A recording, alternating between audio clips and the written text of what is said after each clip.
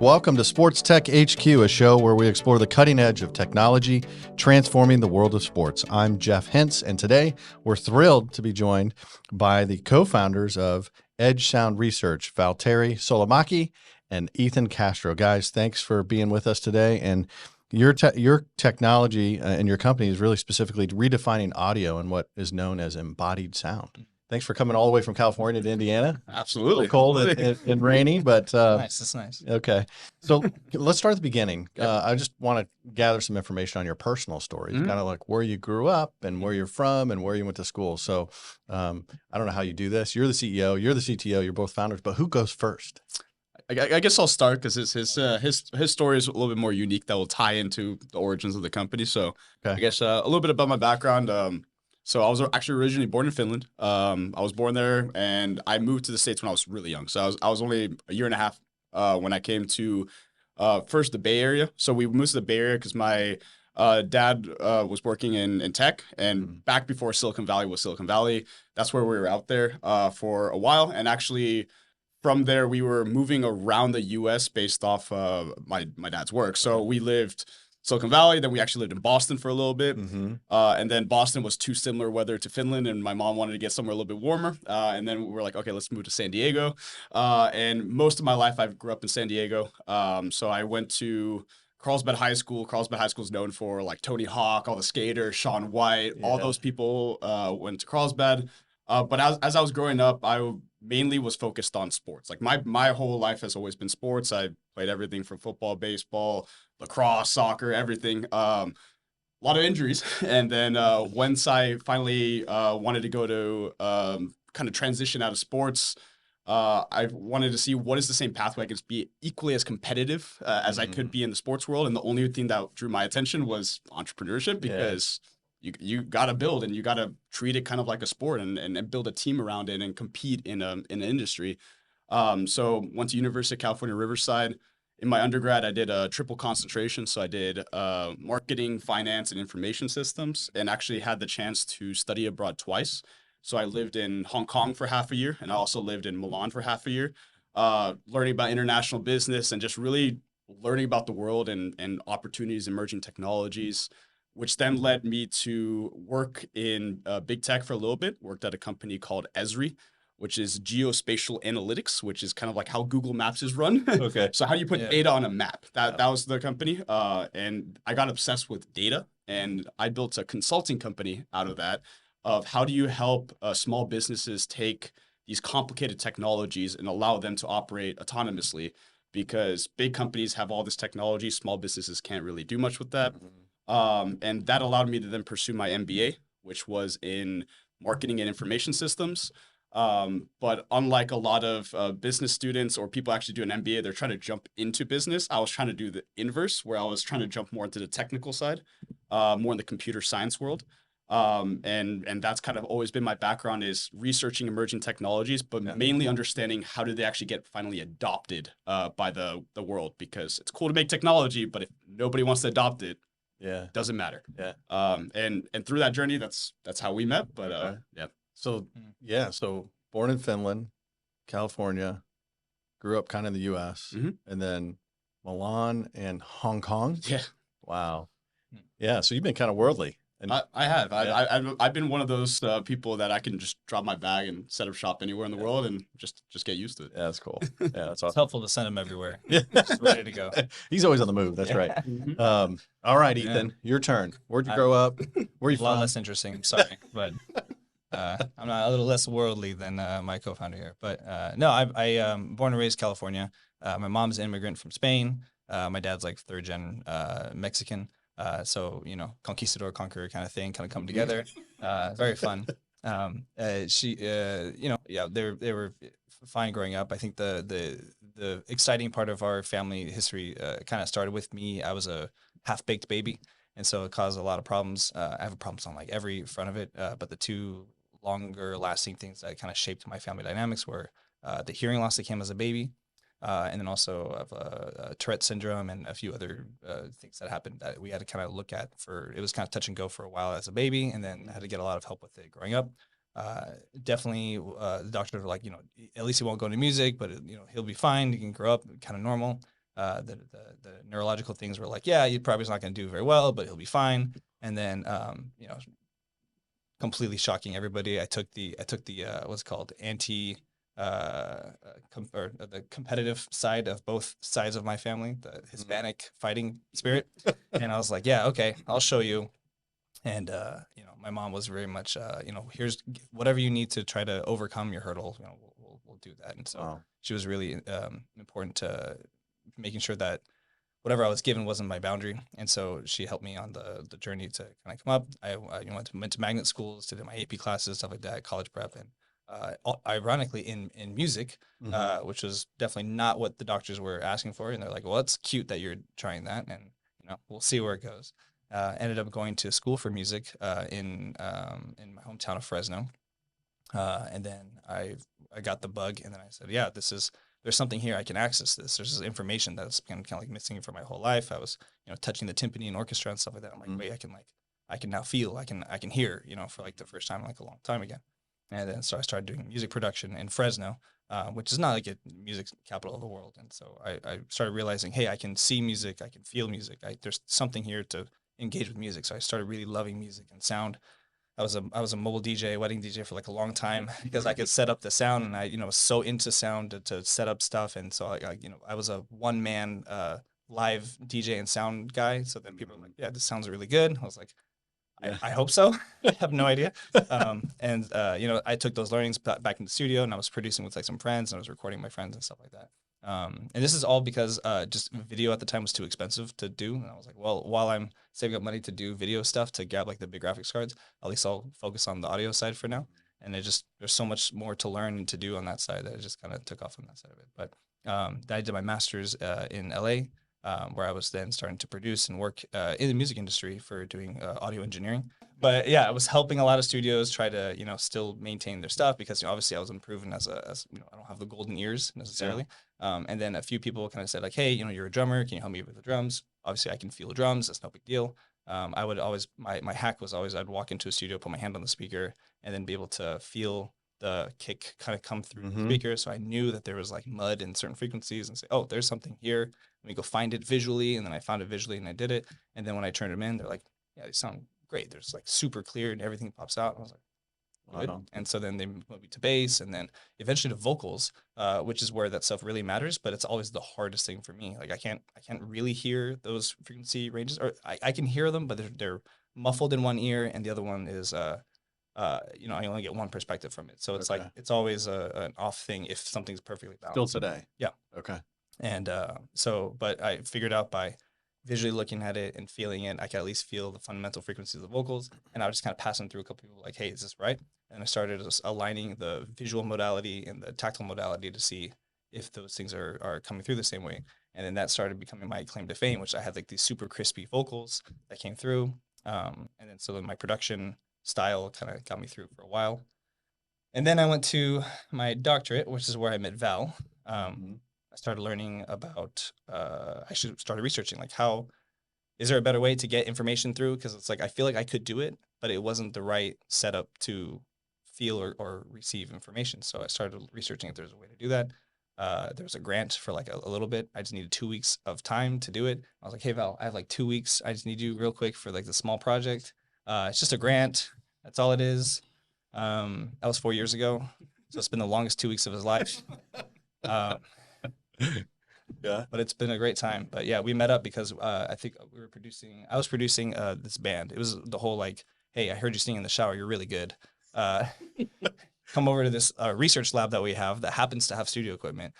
We threw together a demo really quick. Found them a drummer, found them practice space. Basically produced them in like 2-3 months or something like that with a like full-fledged demo. They pitched it to Val. Val then signed on as their marketing person. Their marketing was great. I was like, who the hell is doing this? They're like some wonder kid. I was like, no, I'm the wonder kid that's supposed to be helping. And so we met through that, and we did some crazy things with a few different groups. And wow. Yeah. So wow, that's quite the background. And you think about anything obstacles that you overcame growing up, and I think about obviously your hearing challenges, and here I am looking at the name of your company, Edge Sound Research, which is kind of phenomenal that you've taken on that role of attacking the problem and challenges and really turning it into a benefit for you and others that experience what you guys create. So imagine if we chose a different sense that I could have no inhibitions on. It's pretty amazing. So you guys met then, it sounds like you met at school, right? Because you're doing you're pursuing your master's or your doctorate. I was doing my doctorate. He was doing his master's. You're doing your master's. Finishing undergrad, actually. No, I was doing my master's. No, we officially met when my first year of my MBA. There it is. He was, I think you were in your third year of your PhD? Yeah. Okay. And PhD has been acquired. Yes. Done. Yes. Yeah. Congratulations. Doctor. Do I need to call you Dr. Castro? No, you don't have to call me doctor. Right. Yeah. It's kind of cool though. Mom would be proud. Dr. C. The kids are, they assign me the names. That's awesome. Val, anything in you think about your background, anything that you feel like you've overcome growing up and challenges that you faced growing up, maybe moving around? And that's what I think about. It's like, it sounds like you guys are on the move quite a bit. Yeah. I mean, I think for me, I think the reason why I'm so comfortable like going to different environments and all that kind of stuff is when I was younger, like I would move nonstop. I think I moved in the States 10 times. So even when I was even like San Diego, I moved like San Marcos versus Carlsbad. Like I moved to different areas. Like I've constantly moved throughout my entire life, and sports has been nice because that's how you meet a lot of people, and that's how I kind of build my relationships with people. But I think the tricky parts for me, it was playing football. I got multiple concussions. And then I've also had 2 knee surgeries. That's kind of what kind of made that transition point, because for me, sports was everything. And then transitioning out of sports into the academic world, as I was kind of pursuing that, I felt like the part for me was I always liked to build things, and I always liked the engineering side. I just never wanted to do that in a formal education pathway. I mean, neither did this guy. He learned engineering by just learning engineering. But the major things that I had to overcome were really just more of environmental challenges that kind of forced me to have to learn. Like, for example, I didn't understand geospatial analytics or databasing. I don't understand. Yeah. But I learned it real quick, and I helped them actually create predictive modeling tools after I started learning it. So for me, the thing that always has attracted me is what is the most complicated new technologies, but then how do you use them? Because it's the same thing, environmental factors. Like how do you actually like take these new information sources and learn it? Like I didn't know anything about audio, by the way, before I met this guy. And I had to learn everything that this guy threw at me from all his research and everything. You know what's crazy though? But I bet you this is how he saw like the football field when he was playing, because he like analyzes everything and all the possible pathways, and he's just like, I wonder if I just go from here, from this side, this person's this tall, and can I go? Like he like plays chess on it. So like I feel like working in geospatial analytics was like an easy thing, how he naturally thinks. Yeah, it's interesting. Yeah, but the injuries is what keeps him humble, because I know I can take him and. There you go. I like that. Yeah. Yeah, well, sports does provide an unbelievable background for business, and just growing up and learning all these life lessons, risk, reward, all that. Yeah. Anybody in particular, growing up or even now that has been a kind of a role model or somebody that's influenced your life that you would say? I mean, I think my easy answer is, Mom was the one that she was going on her own path to being like a linguist for a person, because she spoke Spanish and came to America and trying to teach people, and she completely changed her life to say like, I'm going to give my kid a shot. And then so she became all indoctrinated in the deaf and hard of hearing community. She learned about special education for both sides of what was going on with me, and she's like, okay, I don't know if my kid's going to be able to speak to people dumb or twitching on the ground all the time. So she's like, just in case, let me learn as much as I can. Fell in love with the culture, completely changed her career. So she spent her whole career as a teacher of deaf and hard of hearing and special education. She taught all sorts of people. And because of that, she was the one that helped me find what's it called, compensation methods that are now being put into books that are like, hey, these were thoughts back in the day. She found them just by digging, researching, going to the library and finding researchers in the field that were looking at different things. And those compensatory methods are now taught to a lot of hard of hearing students, especially back in our home community. But they're also kind of the basis of where the research started, of like saying, feel the table when someone's talking, feel the walls as someone's talking, obviously read the lips. And she was basically describing to me a multimodal method of interaction and communication. And so this is the research that I was looking at university, and that's now the basis of our company. And that's actually now the 10-year vision of our company, which is how do we intelligently have a computer understand all the facets of a single thing that's happening, like speech or communication. Wow. We'll get into that. Yeah. All right, Val. Anybody in particular for you? I would say both my mom and dad in different ways. Like my dad, because he was the first one in our family to leave Finland, and he was at a good university, really talented, but he didn't even finish college to pursue a tech career and bring our entire family over here. So he's been in the entrepreneurial early stage, late stage kind of startup innovation world his entire life. And then my mom on the other side, she came to America not with the best English, and she learned obviously all the different language, and she has her own business as well. She took her knowledge in physical therapy and started a business that combines Pilates and physical therapy for home practice, supporting people with like sciatica, back pain, ankle injuries, especially like former athletes that now have injury kind of problems in their 50s to like the 70s. So for me, that was very, very inspiring to kind of see how you can actually break language barriers, take knowledge, and then actually still take that and create an opportunity for yourself in the States. So both of them in different ways, but definitely have inspired kind of who I am today. That's awesome. It's pretty amazing the impact that parents can have on their lives of their children. So kind of cool. And the opportunities that can be provided. So let's talk about just the spark of innovation. You mentioned a little bit, kind of the foundation of where this company or how it exists is from your mom and what she taught you growing up and how to feel. But how about for the two of you, like when you met or when this happened, like when did you have that aha moment or that seminal moment, like we're starting something, this is happening because nobody else is doing this? Before the 2-week research project that this gentleman introduced me to, it's been 2 weeks. He was making speakers out of tin cans. So tin cans. Yeah, so he would take like old coffee cans and all that kind of stuff, and he's like, I have a way to make them into speakers and sound system. Like, is there a business? I'm like, not really, but that's cool. And then he's like, but I have this other thing that you can actually feel all the sound and also hear it. I was like, what does that mean? I don't get what you mean by you can feel sound. Like, you mean like a subwoofer, or like what do you mean? And he's like, no. Like, you can understand that actual information in your body. It's like, all right, well, if you're gonna ask me to help you with your research, I gotta try this, because if I don't try this, I can't figure out where this applies to. And I told him just to touch the speaker. And I was like that doesn't mean anything to me. So what happens is I go to EARS, the acoustic research lab at Riverside, and he puts a bunch of these little small drivers on a seat, little exciters, and it looked like an electric chair, and I probably should not have sat in it. And he's like, "Trust me, this will explain everything." Trust me, bro. Trust me, bro. So I sat down, and I'm a huge gamer, and I watched some Call of Duty, and I was just like, holy expletive. This is insane. Like, this completely changed my entire perspective on what you can actually do in content consumption. Ethan was thinking about how this applies, solving his problems about recording studios. So he was looking at it more like, if you have these signals going to the body, if you can hear and feel sound, and you have two different pathways in a studio environment, you understand all the sound that's happening. And because of that, a audio engineer can mix and master sound really, really crystal clear. Right. I was looking on the inverse. I was like, well, if you can create it that way, now you have a new way that you can create experiences.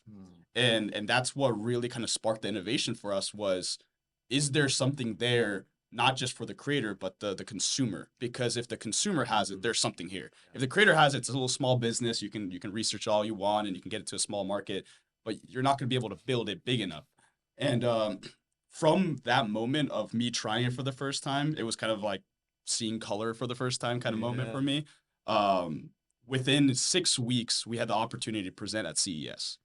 6 weeks. Within 6 CES weeks. 2020. Oh, 2020. So November 2019, he comes to me, and from there, we had an opportunity at University of California, Riverside, through an initiative between Techstars and something called Blackstone Launchpad, where they found university students, researchers that had innovative ideas, and they provided them an opportunity to present at CES their innovative idea.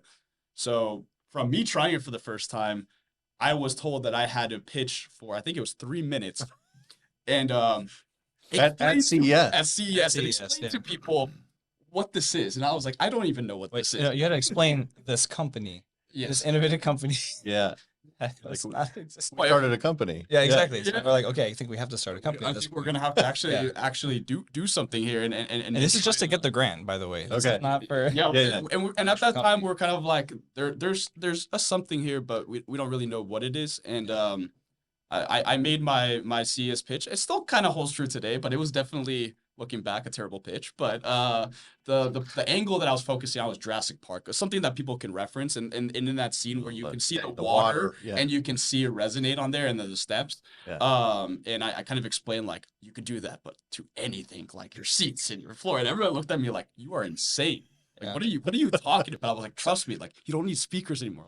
Like some people did come up to us and were like, "Are you sure? Like, you sure you're thinking about this right?" And I was like, yeah. So like we had that, but the reason why that moment made us very confident that we had some kind of innovation and what we can kind of push at was when we were walking around CES, every single company was trying to add haptics into gaming chairs, into automotive, into all these different industries. They were trying to add the sense of feeling, and they had issues of how do they do that and how do they actually kind of build that out. And the fact that the other major audio companies out there were telling us that this is not physically possible, with our competitive spirit, both of us looked at each other like, we're building a company. We're making this thing. If people are telling us we can't do this, we are going to do this. Yeah. And that's kind of what started the whole thing. Got it. It's mostly him saying, I think we can do this. And I was like, I think so too. Yeah. Wow. So that was 2020 CES. Yeah. That was a month after I got married. Okay. Oh, he comes to my wedding. I was like, hey, thanks for coming to my wedding. By the way, I have this idea. And then that's where this whole started. So that's why it's literally been. Wow. So here we are 24. So 4 years later, think about like how you've iterated the product and where we are today. And you've created something that nobody else has created. How do you start that? How do you begin? Where did you go? How did you build it? So we're thankful at University of California, Riverside. There's a program called SBDC in the local region. It's kind of like IEDC out here, and it's really trying to help the economic development of the region. And there was a gentleman named Scott Brovsky, who former founder, VC, also worked at major tech companies. He gave us a challenge. He's like, look, if you guys are serious about this, get a credit card. Put it on the credit card and build this into a product that somebody can try. And the prototype, it doesn't have to be a physical product, all that, but just to show it. So instead of it being this janky seat that has a bunch of wires to it, what we did was we ripped apart a gaming chair. Okay. And we prototyped it inside of that and kind of showed to people like this is possible. Mm-hmm. But the part that I was kind of telling the team is, that's cool that we did it in a gaming chair, but that's not a product, right? That's a customized solution. You can't scale that out. Unless we worked with a gaming chair company or made our own gaming chair, that's not a product. So we got to make a product. So that was the point where me and Ethan realized that we're not going to be able to do this together. We're going to need engineering talent, and we're going to have to convince that engineering talent to build this with us because that's only the way that this is possible. And as we were getting engineering talent, we had electrical engineering and from the school. From the school, they're also at that time about to graduate undergrad and go into their masters. And we needed electrical engineering, and we also needed computer science. But as we were building that, then I realized that having a bunch of engineers is also not a very smart idea because a bunch of engineers trying to solve a problem can be not a product. It's just a bunch of technology. Yeah. So we're like, we need a product designer and a product engineer that can take their crazy ideas and actually make it a form factor that is a product, a palatable thing. Got it. And the only way to kind of start that process is we had to find grants and small formats of funding to be able to prototype and test. And once again, convince the team, you're not going to get paid, but we have to, there is a something here, and let's agree upon a fair equity split where people are motivated to want to build this. But even that has a ticking time bomb. So you can't expect people to, especially master's engineering students, they know they can get a job out of college for like $150,000. Yeah. Like I can't. We could only provided peanuts, you know. So but I mean, that's a very specific approach that we took because we had a research oriented, I guess, a concept for the idea. Yeah. I think other companies might be a little bit different, especially student startups. Absolutely. And ironically, we were like right in the middle. We weren't research enough to be like completely grant funded. We couldn't have, a huge grant that was normally a lot of like kind of advanced technology comes out of big grant funds. But we were kind of like cool enough that we could attract VC, but it was like still technical enough that it could fit in that realm. So we didn't fit in either approach. So we couldn't we didn't get a lot of grants that we applied for, but we did get a lot of student startup funds. And I think that was the trick because the student startup funds had also a lot less restrictions on how to use it. And that, I think, was the big tick of saying, hey, there's something cool and advanced here.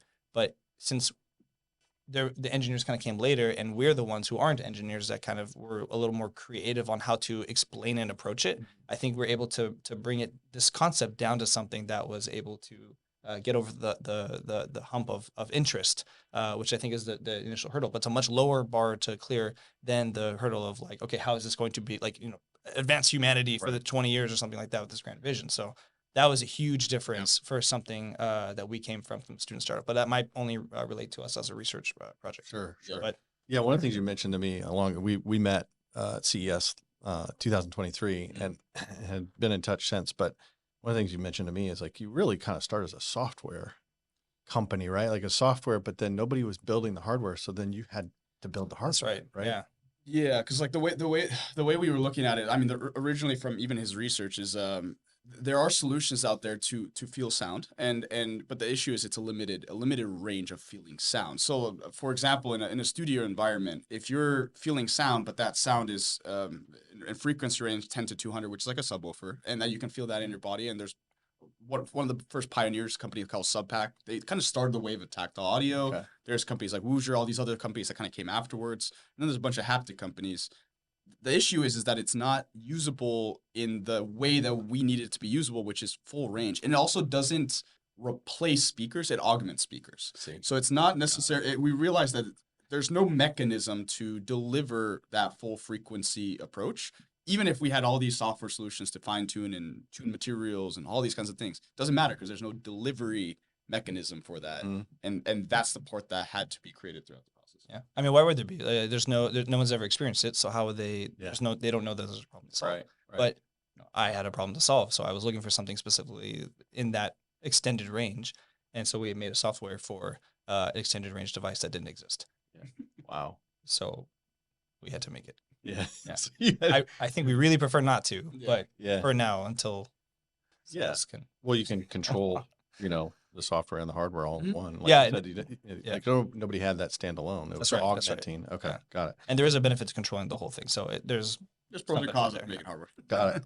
All right, we're going to take a quick break. When we return in just a moment, we'll learn more about how Val and Ethan are disrupting the guest experience in a good way in sports stadiums and arenas. Stay with us. I'm Jeff Hintz, and you're listening to Sports Tech HQ.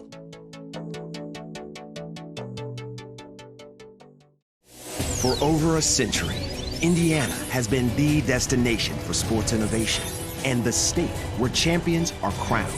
Now, we're entering a new era with Sports Tech HQ, a place that inspires innovation and invests in entrepreneurs who are changing the game, one startup at a time. Welcome to the crossroads of sports and technology. Sports Tech HQ, home of the game changers. Welcome back to Sports Tech HQ, where we explore the cutting edge of technology transforming the world of sports. I'm Jeff Hintz, and we're joined by co-founders Val Salomaki and Ethan Castro of Edge Sound Research. Now, guys, let's dive into the product. Yep. Can you explain what you do? Because I think it's kind of hard, for the listeners. But talk a little bit about what it does for somebody that's sitting in one of your seats. Yeah. So I think it's important to define what's hardware and what's software in our system. So the most important part is there's a hardware component, and the hardware component is things that already exist in the world, which are transducers. And what transducers do is that they vibrate, and they vibrate to a material. Translate energy from one to another. Yes. Yeah. In the technical terminology, but how they're being used is that they're vibrating to a surface, and the surface, and then translating that energy. Mm-hmm. So that's the delivery mechanism. All it does is vibrate, and that's what all the existing tactile companies like the Subpack, whoosh companies, and also all of the haptic companies, they're using transducers to create those experiences. Okay. The issue is that it's a very small range of information that right now it's optimized for. So what we have is then those devices can be attached to the back of a seat. They can be put on a floor. They can be put on a wall. By itself, it's not really doing much more than vibrating that surface. It's not creating any information that's coming out of it. So what our software does is that we can actually take existing audio signal. So audio signal that you're already capturing in a basketball game, for example, the mics that are on the court, the music that's playing in the arena. We can take that, and our software allows it to translate that vibration to now have meaning and actually turn that object into a full range sound source. Hmm. So not only are you able to now finally feel that vibration, that if you're sitting in the seat, you can actually feel that entire range. And our core research is that the body can actually feel all the way up to 5,000 hertz. So it can actually feel past human voice, because right now all the solutions are kind of like like a subwoofer, like a big explosion, kind of, you can feel that rumble. Sure. But how do you actually give that cleanness and that fidelity all the way up to human voice? So there's this, like a basketball bounce is not just a thud. It's crisp. There's a crispiness that Yeah, exactly. Yeah, I would say that's a big difference. I think also it's hard to explain because we say like, it translates the sound to vibration, and people think, great, so you're taking a sound and then just making a new vibration at a lower range or something like that. And it's like no, we have this like a full availability, and the sound just comes exactly through. And so it's as if you're just there with the sound. It's like replicating the sound. Exactly. It's like replicating into any device, Yeah. any substrate. Any substrate, any material, we can make it consistently make that exact full range. And the right now where we're at with our research is that we can go from, I believe, 7 hertz, right? It's kind of the lowest peak, and it goes up to 17,000 hertz is consistent, but we can go up to 19,000 with certain materials. Wow. So it's doing the full range that majority of speakers can do. Some speakers obviously can go up to 24,000 hertz and a little bit crispier in the very, very high end, but we're the first company that can leverage vibration to do that entire full range. So you can make a completely speakerless environment now. Wow. And the beauty of it in sports is that there's so many different sound elements that are happening on the court. So if you're thinking about a basketball game, right, like players are dribbling down, they're dribbling it, sneakers squeaks, there's the swish of the hoop, all these variables that make it feel lifelike for the players. But the second you leave courtside, you're not getting any of those sound elements. So if you're somewhere else in the venue, if you're in the suite boxes, or even if you're in the lower bowl, but you're even 7 rows out, you're not getting those elements unless it's like dead quiet in the arena. Right. So how do you then give that same experience, that perspective that the players are having to the fan? And that's the whole kind of premise of how you lose it. But it's the same thing in a concert. How do you give it this perspective of the performers? How do you give that signal to the fans? That's really what we're doing, is connecting the signal from what is being captured and reproducing as realistically as possible to then the user who's sitting in that object or around that object or standing on that object, which is sonified with our technology.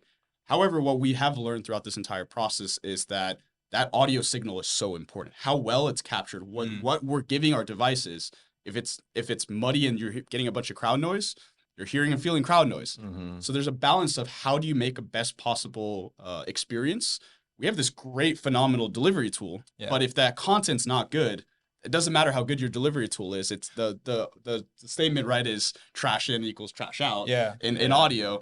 And that's kind of what led to our growth in our product stack. Which I was gonna say just to add a great explanation of everything, which is why he's been great to translate a lot of this research into ways that people can understand it. Some extra technical elements here. It's the first time somebody's had a reproduction system that's so close to them, intimate system, right? If it's a PA kind of throwing from the side, you give it a lot of leniency of saying, it's so far away, it's in a big room, whatever, it's fine. I'll get what I take from it. But this is the first time it's like somebody whispering to you in such a clear, concise way. You're not going to lose signal between here to here. Right. That's kind of what we can do is we can put that acoustic energy that's being picked up, delivered all through substrate, which is insane. First of all, it's on the technical level, but now as an experience level, it's like, whoa, how do you make use of it? And that's why signal becomes so important, because even if there's a little bit of crowd noise, usually it's, it mixes in with the rest of the crowd noise in the venue. But now if there's crowd noise coming right to you, it's like someone whispering crowd noise into your ear.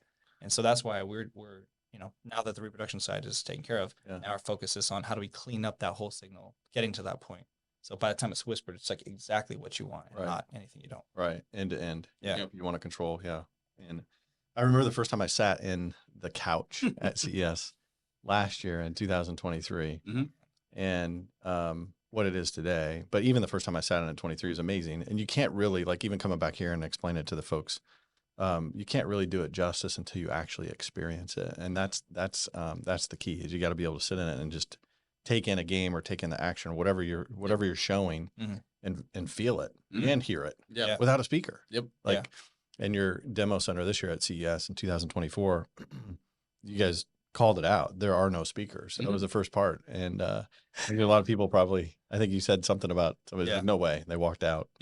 And every year it's like that. I mean, ever since we started doing it, I mean, even in 2020 when we first pitched it, that's what somebody came up with. Like, that's not possible. You can't do that. Yeah. I'm like, listen, man, like, I get it.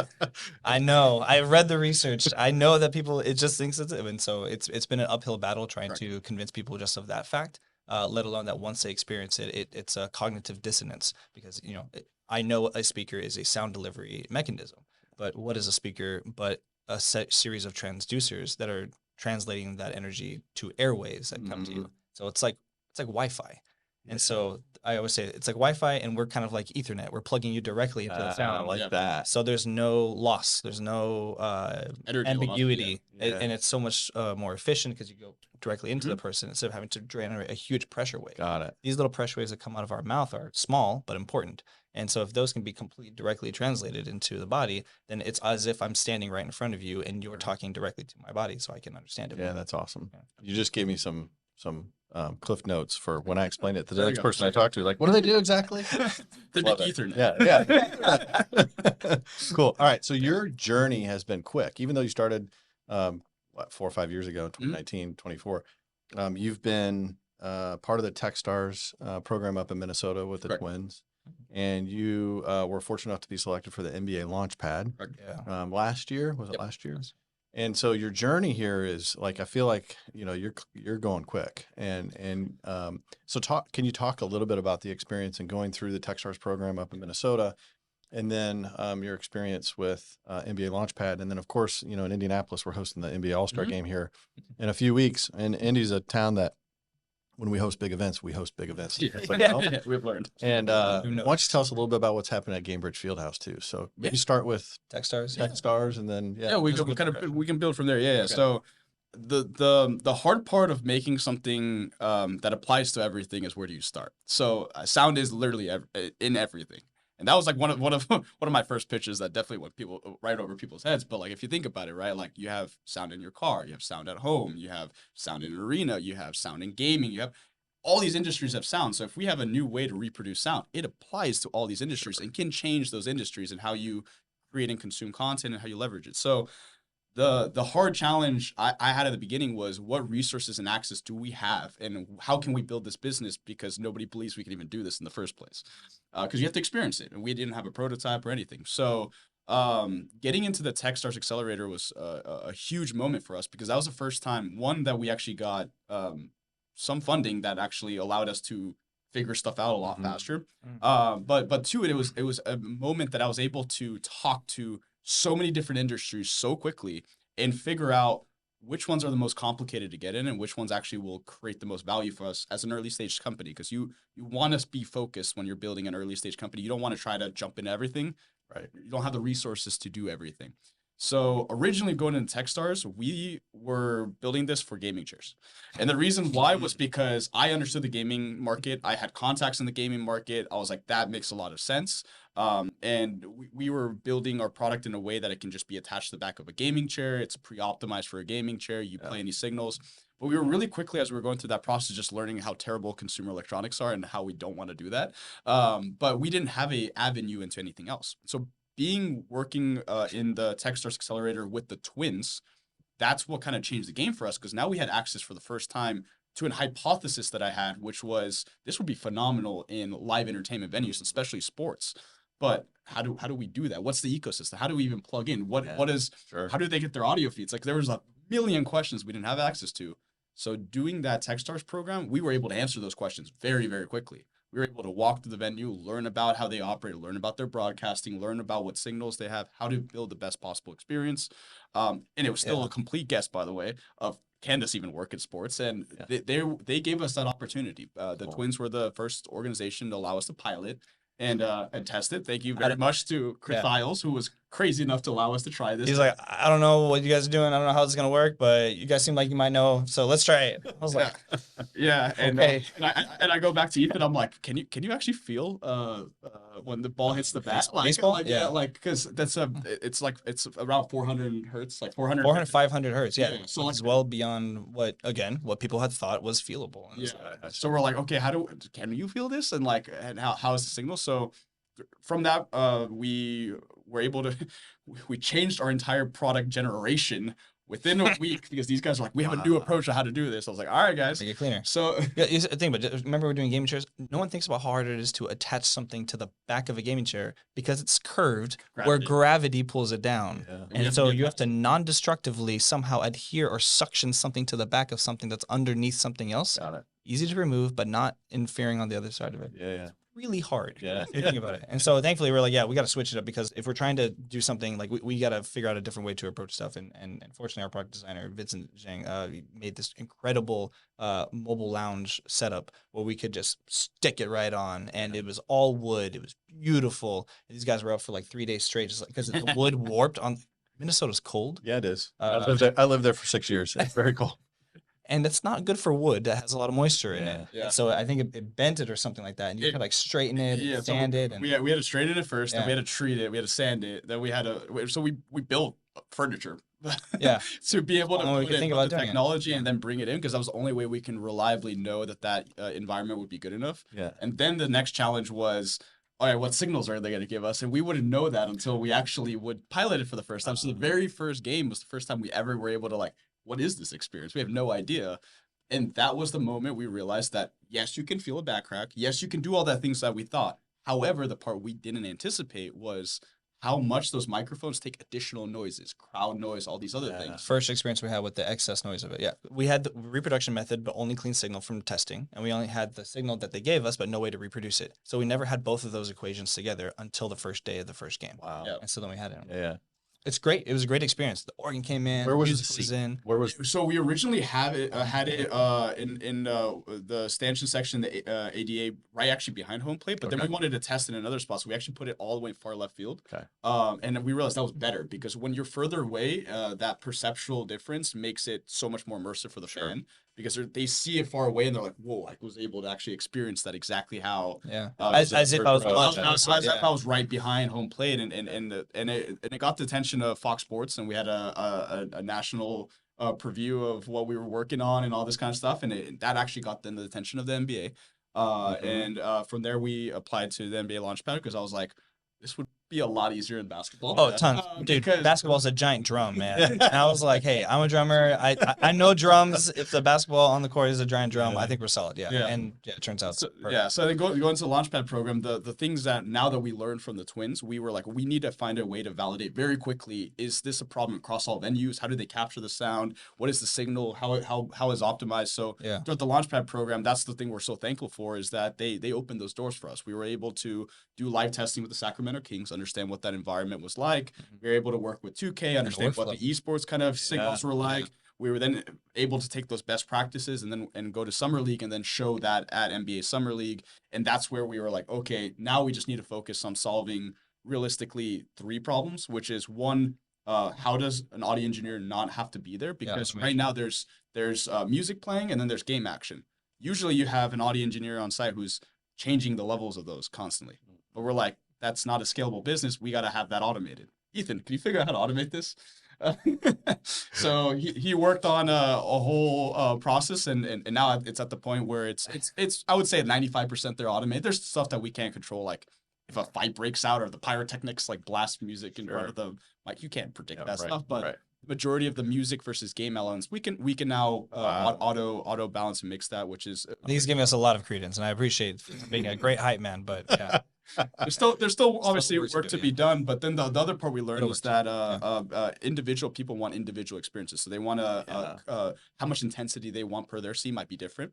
So we realized we need to give that level of control. Now we actually learned that it should just be suite level control, to be honest. It doesn't need to be individual seat. If it's in the bowl, it does have to be individual seat because there's so many different perceptions. Sure. But in a suite, everybody just wants to have a good time. So the suite, whoever owns the suite's kind of like hosting their own party. So let them kind of control their experience. And the last part is the audio capture and how do you get the signal better.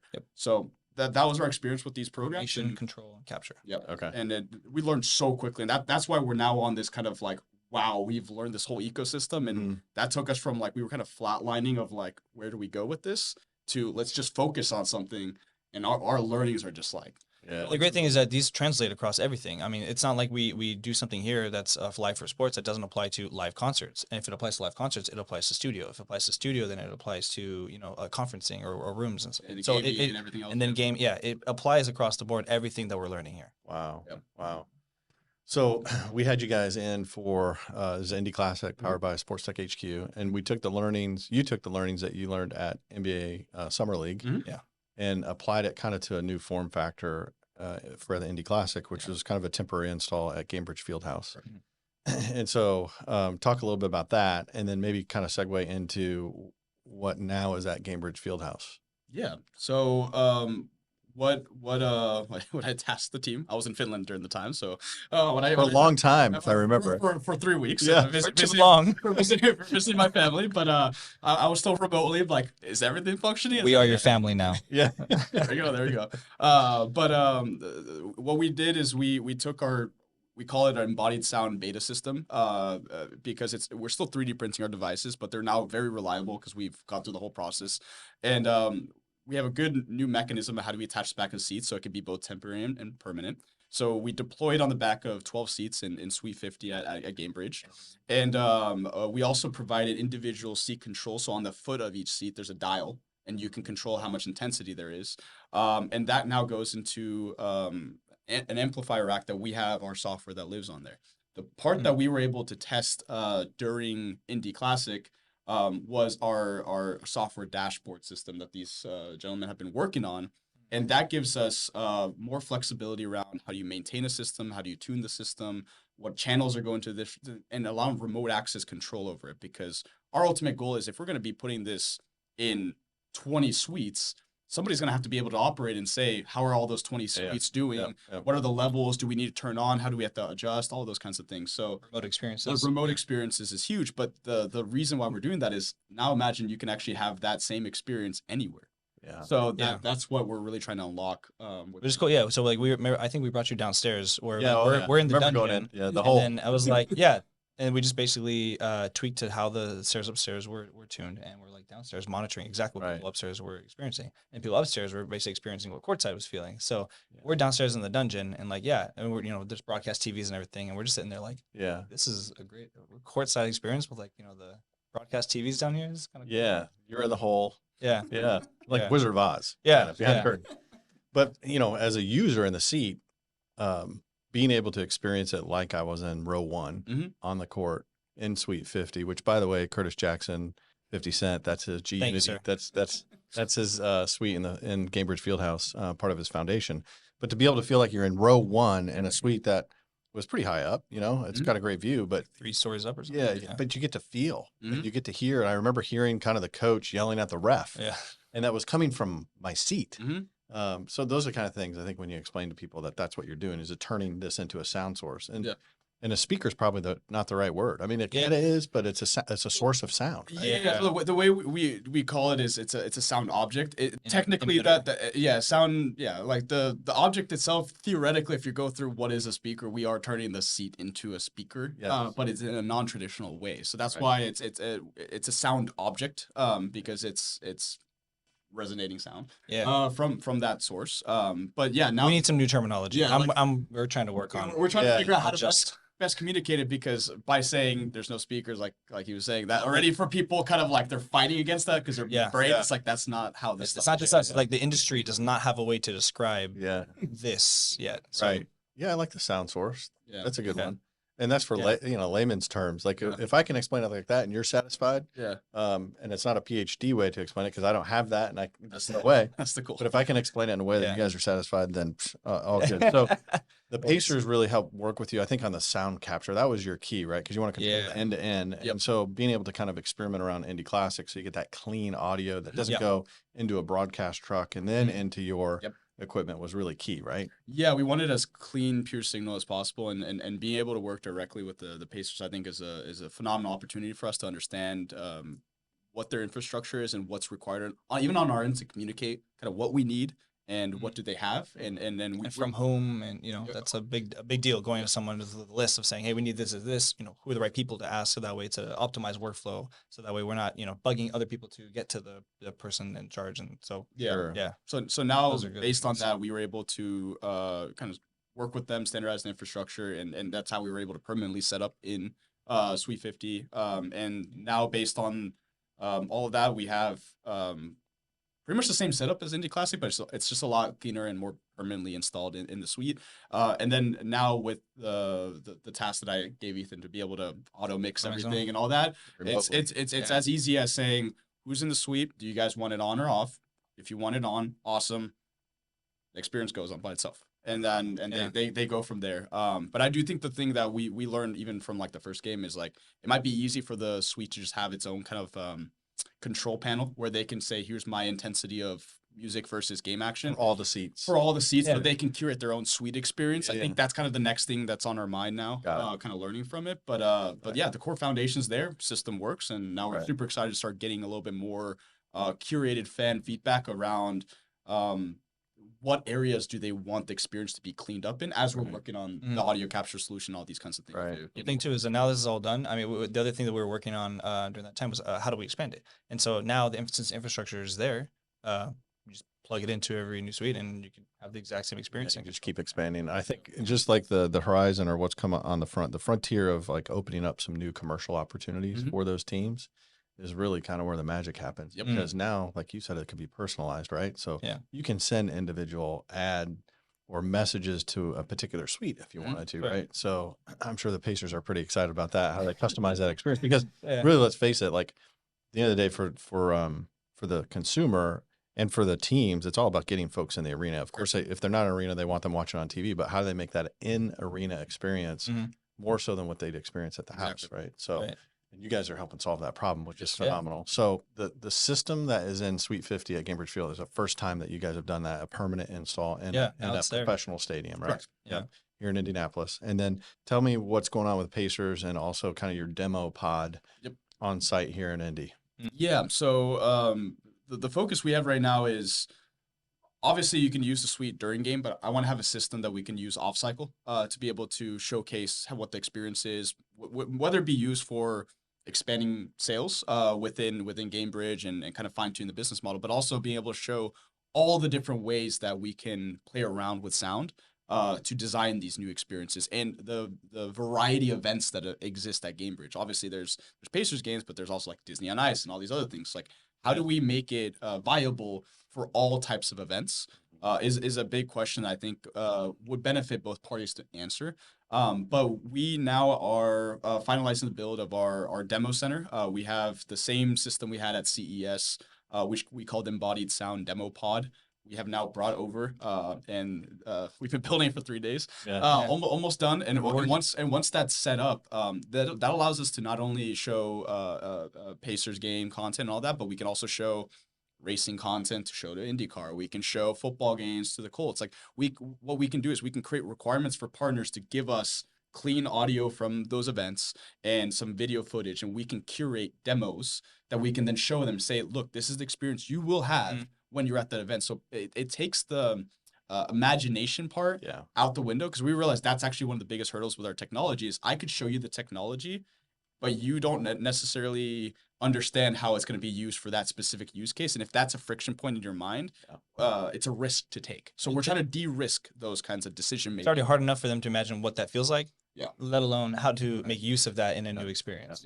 That's cool.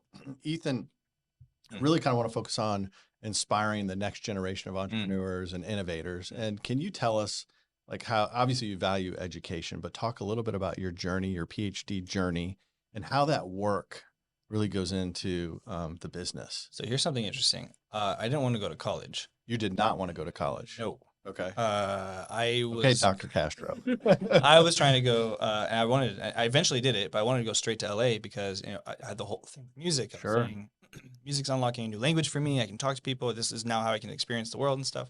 And I was, producer in Fresno, and I was obviously influenced by a lot of the electronic music because it has, good, solid, clean signal. And so I was like, oh my God, I really resonate with that type of stuff. I was making it.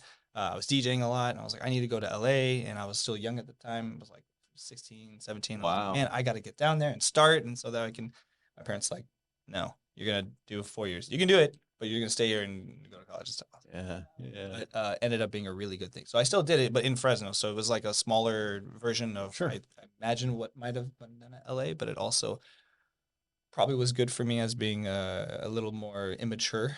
I took a little longer to make.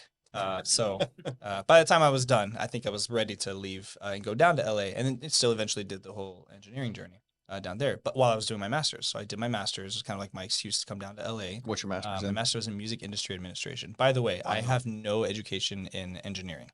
I have 3 degrees in music, and that is how you become a CTO. YouTube University. There you go. Love it. Yeah. Love it. Yeah, the transition from academia to like what I was learning in music, it's music composition. So I'm like composing music, producing music. That was the whole thing of it. And just one of the things I was like, hey, I want to compose a piece of music that exemplifies this experience I have with sound and tactile, and show how high frequency stuff. And so that's how it kind of led. I got really sick, and then I was really bored while I was sick, and so then I watched a bunch of YouTube videos about engineering, and I was like, it shouldn't be that hard. And so then I started making speakers and stuff out of cans, and my then fiance, like right around the time we got married, we were living in a trailer, so I started like putting stuff all around the trailer, and since they're fiberglass or aluminum, they resonate really well. Oh yeah, so cool. Also, I loved living in the trailer. She hated it. Yeah, come on, man. Tiny house, outdoor. Yeah, tiny house, right? Yeah. I was like, that's the That's vision right there. Yeah. No, so it was a very weird transition from the education to there, but something I did value about education.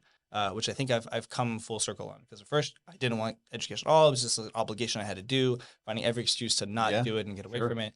And now as I'm going through the journey and seeing some younger students coming through, obviously as a PhD student, it depends on where you are. So, in my program, I had to do teaching assistant. So I was a teaching assistant and an instructor at the university, and so I was seeing a lot of undergrad students come up and they're like, I want to do stuff that you're doing. I want to come work in the lab with you and make music and do this stuff. I made the lab cool, man. That was my thing. I was like, yeah, come to the lab. We're making beats, and so it was cool. I did a little songwriting camps, and but a lot of those students were like, yeah, I'm just gonna jump school and like leave and do this. And I was like, listen, this is structure. The voice of your parents. Came through full circle. Yeah. I was like, you can do it, but you got to stay in school. Yeah, I love it. And it turned out, it worked out for a lot of the students, I think, where would have otherwise jumped really soon without a concrete pad to jump to. Yeah. And so having the concrete pad to jump from was very helpful for a lot of students. Some of them did go on. Some of them did get signed, and we worked with them. They got signed to big labels, and they had a platform to go to. Not necessarily maybe the best optimal agreement, but there was a pad to land to. Some others went to go work for the label. Some went to go work for other things. So there was like a nice little pad to jump to. And then some people were engineers and wanted to work on stuff, and so they also jumped to a solid pad. Yeah. But it was that definitely like, hey, slow down a little bit. Use this as a pad. There's a lot of resources here that maybe you just don't know about, and using the school to advance your idea till the idea is mature enough to live on its own. Yeah. And so it's kind of like meta parenting, where you parent the student to become its own parent of the idea, and then they start thinking of the idea and how to nurture it, and then make better decisions for that. That's cool. That's awesome. And your PhD, still in music. Music, digital composition. Okay. Yeah. My dissertation was creating the piece that necessitated the hardware that didn't exist. And so that's why we started making the grant and turned it into the company. Got it. It was tough to finish the PhD because we were heads into, we got to make the thing. Yep. The thing that doesn't exist, we have to make it so we can show people, so we can get money, so we can develop the thing, so that we can make the actual thing that is the thing we need to show people in order to have them understand the idea, right? Because again, it looks scary. Bunch of wires and a bunch of wires to come. Yeah, it was not looking good. But the point is that it's still something that I think we wanted to finish. Yep. There is definitely a little bit of a different credence for finishing the PhD because it forces you to complete the idea. And as a creative, potentially I have ADHD, I don't know. I'm working through getting that diagnosed, but I think moving to a bunch of things, you leave a lot of things unfinished. Sure. And so forcing myself to finish the PhD, I think also helped us in the company, because finishing the idea just to get it out and start testing it, it's part of the research process. Yeah. And I think that's a very useful skill to have. And so I find that the engineers that are around us that we like to work with and that are now part of the company are ones that went to finish the masters, the ones that went to finish and complete, and they're part of that process as well. And I think we find that as now a very valuable skill as we're getting to these projects, that we're managing many projects at the same time, just like managing many classes, many projects, and then you have to complete them. So you're managing many theses at the same time. And so I feel like I'm just an advisor at this point, a very unqualified advisor to now basically observing other thesis projects, which are all of our R&D projects. Yeah. Well, that's awesome. And then Val, you going back and getting your MBA, obviously you value education. Any advice you'd have for somebody that's looking to start a company or has an idea and just doesn't know where to start? Yeah. So I did my MBA for all the wrong reasons. Why is that? Why? Well, what I mean by that is usually do your MBA to leapfrog in a career path, right? And the main reason I did my MBA was to tinker with ideas and to expand my business. And what I mean by that is it's a very expensive way to do that. But the reason why I was interested in getting my MBA was one, if you're gonna do the corporate pathway, it's a great way to obviously progress and get a great career and all that. So having that on the back plate, phenomenal. And school has been always very easy for me. But the part that I've always liked is the cross-disciplinary research and understanding. So even while I was always in the business school, I always did stuff with the engineering department. So I actually designed a consulting program within University of California, Riverside, with one of my professors, where we had School of Business students, and then we had the engineering department and their senior design projects. We would actually design and teach the students how to become consultants for them and help turn those ideas into companies. Because we realized that engineers tend to have phenomenal ideas, but no understanding of how the viability and the resources are needed to actually successfully deploy that and create a business. While at the same time, the business students have no idea. They have a bunch of ideas, but they can't actually execute on it. You can't have just if a company's founded, if you just have a company that's made by an MBA student, for example, it's pretty much doomed to fail because you're not going to iterate on that product fast enough, and no solution solves the problem on the first try. I can almost guarantee that.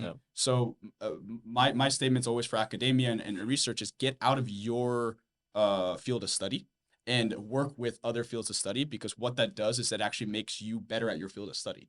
If I don't understand how the music department works, if I don't understand how the engineering department works, I actually don't understand business. Because that's what business really is business is combining those resources for creating value for a problem that exists. And if you don't understand those moving pieces, you can't actually build a business. And this is actually, I think this actually speaks to a larger problem.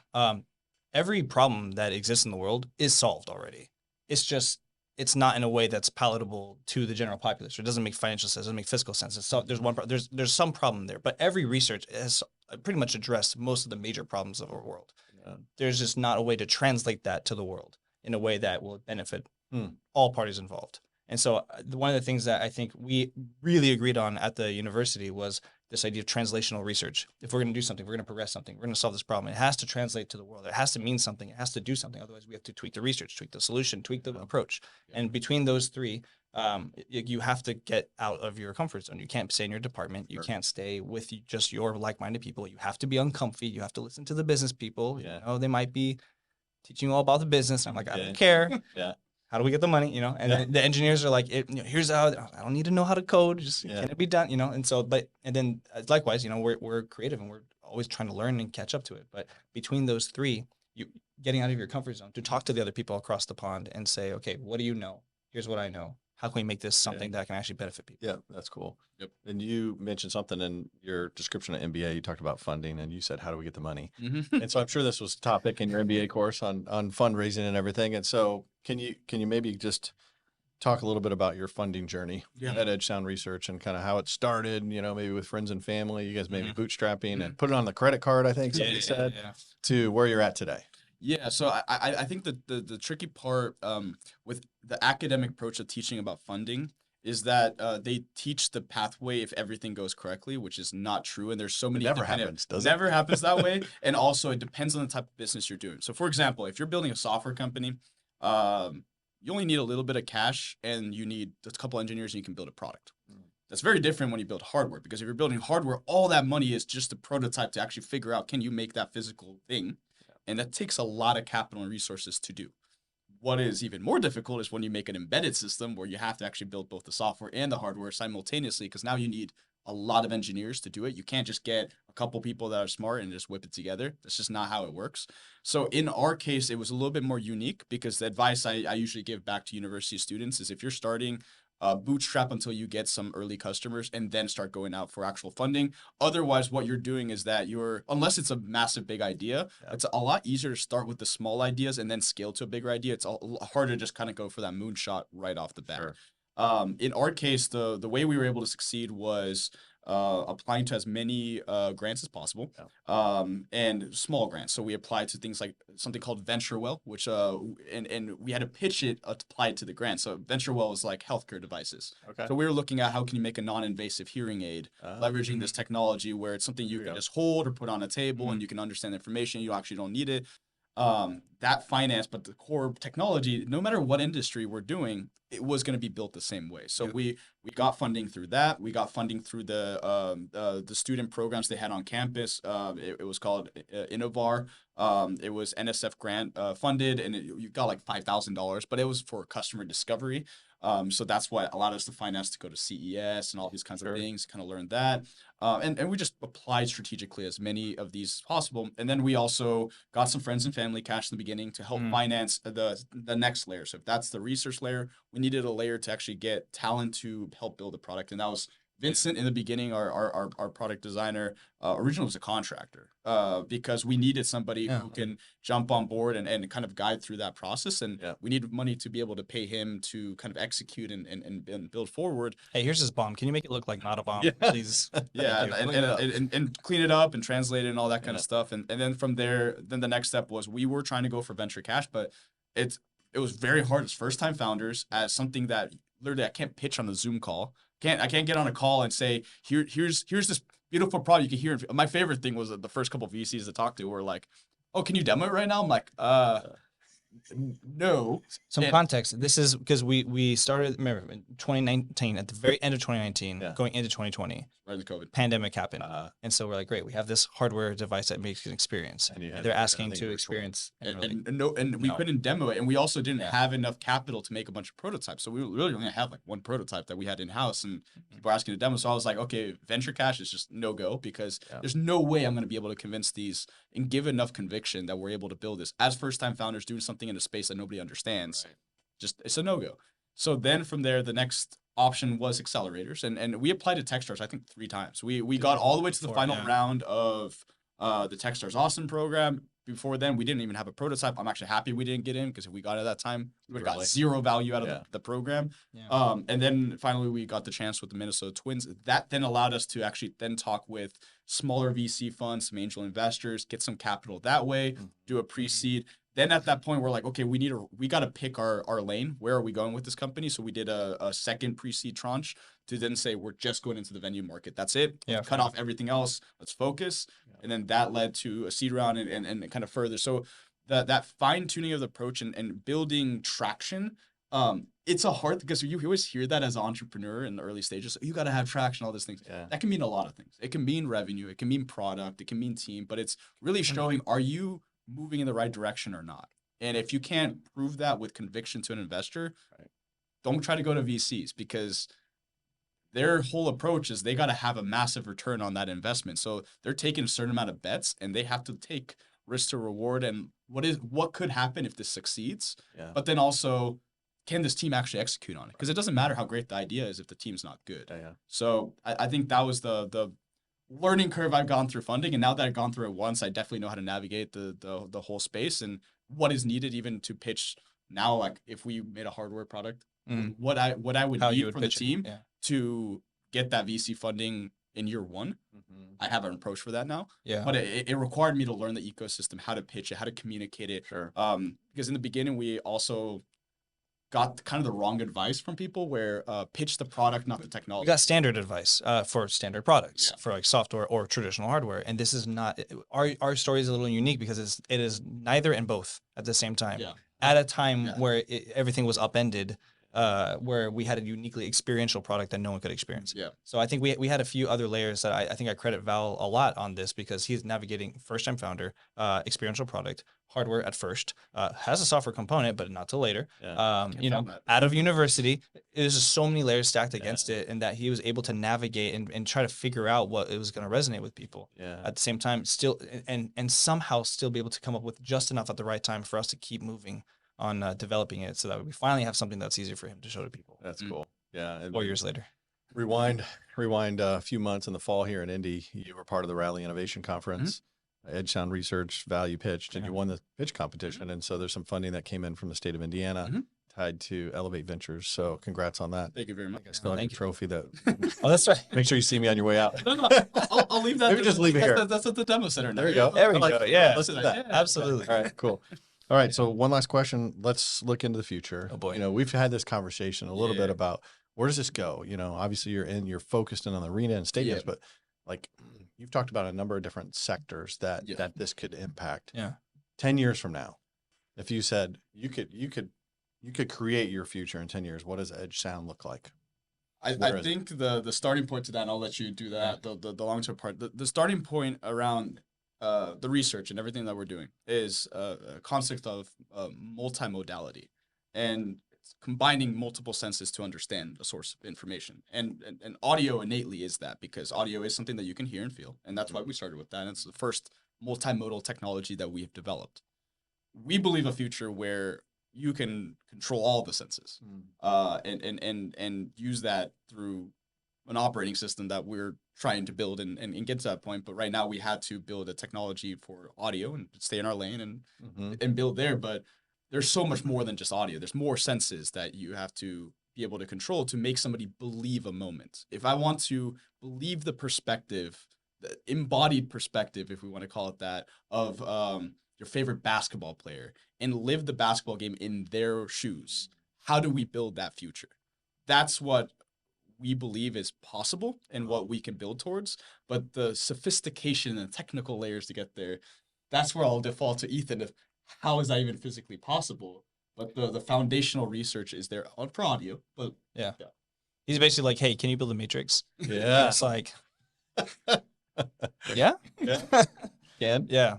No, it's something we've been thinking about a lot. I mean, the end of my dissertation ended with like, hey, this is a step. I mean, because this is my dissertation. I was doing most of the research back in 2019, 2020, 2021, and so I finally finished last year, 2023, because it was like a lot of formulating of like, okay, where does this lead to? What is next of research, or what's the direction of how I see the world, or interpretation, or just audio, or just music, or just communication.